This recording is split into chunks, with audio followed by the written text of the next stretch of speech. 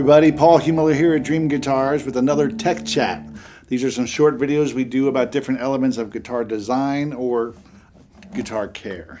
Today, we're calling this More Me and the Monitor, and it's about sound ports. If you've ever played on stage or played in a band, you know the line, more me and a monitor, because we all go, hey, sound guy, more me and a monitor, please. It's that kind of a thing when you're playing with the guitar with the sound port. The whole idea started some years ago so that players could enjoy more of the sound on the driver's seat behind the guitar.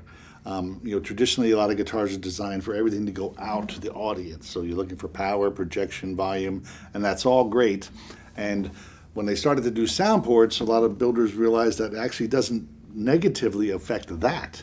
In fact, sometimes it helps. I remember when I first talked to Grit Laskin, one of the early adopters for sound ports, he thought it actually made his guitars sound better out front.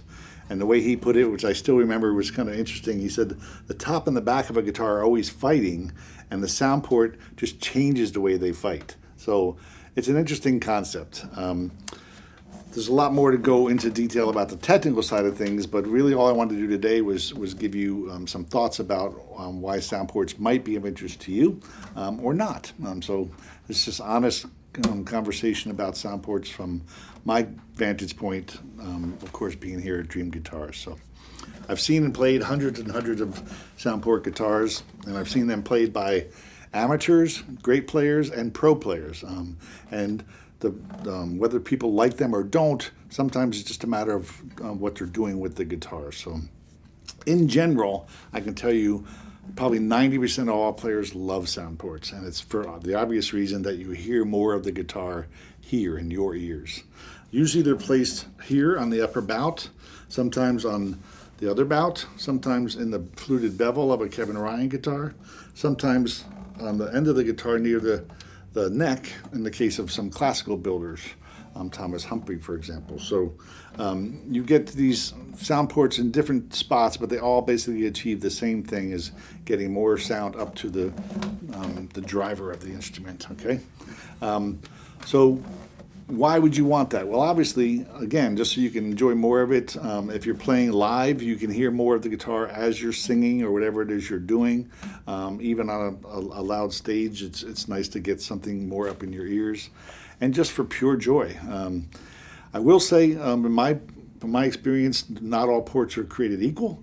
I tend to like a small or moderate sized port. When they get too large, I think sometimes what you hear can be a false sound. You're hearing the inside of the box, which is not where guitars sound their best. Another reason I don't really love microphones inside guitars. The outside of the guitar is where they're designed to sound their best. It takes some of the mixing for the sound to get there, but it does work to give you a good sound of the guitar, but if they're too big, there can be negative side effects. I'll tell you also that a number of pro players have told me they don't like them because of that reason. They feel like it doesn't sound natural. Again, it's all just ideas for you to digest for yourself. The best thing, of course, is come to Dream Guitars and play some and see for yourself. But I think a small one is great. They sound great. I always tell buyers that to me, it's not a buying decision. Whether a guitar has a port or not is not a big enough thing to make your purchase decision on. I think you need to find one that feels great, sounds great, and inspires you. And if it has a port, great. If it doesn't, no problem either. So that's my 2 cents on that. I've got a couple guitars here to show you, and then I'm going to do a recording demo where I cover and uncover the sound port, which is exactly how I demo these guitars in the shop when people are here. You can really hear a big difference in your ears when I cover and uncover the guitar. So what I've got here in my hand here is a Mark Blanchard guitar with what I would call a small or moderate size sound port. Excuse me. I've also got here, just to show you some ideas, a Bill Tippin guitar. I love the shape. He just, he's made his more of a piece of art.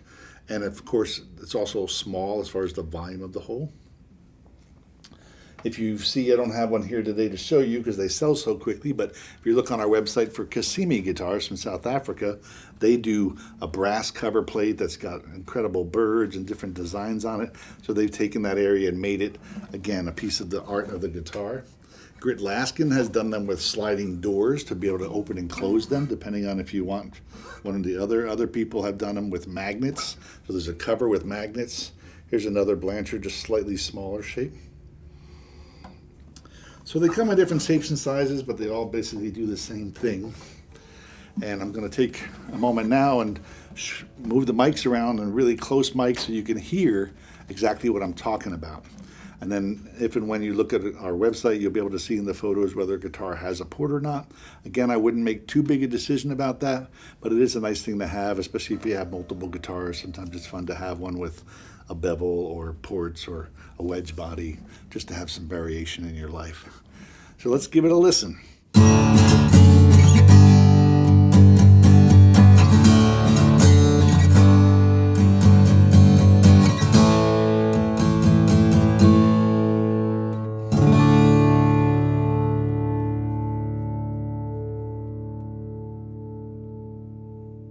So thanks for joining me again today at this tech chat here at Dream Guitars.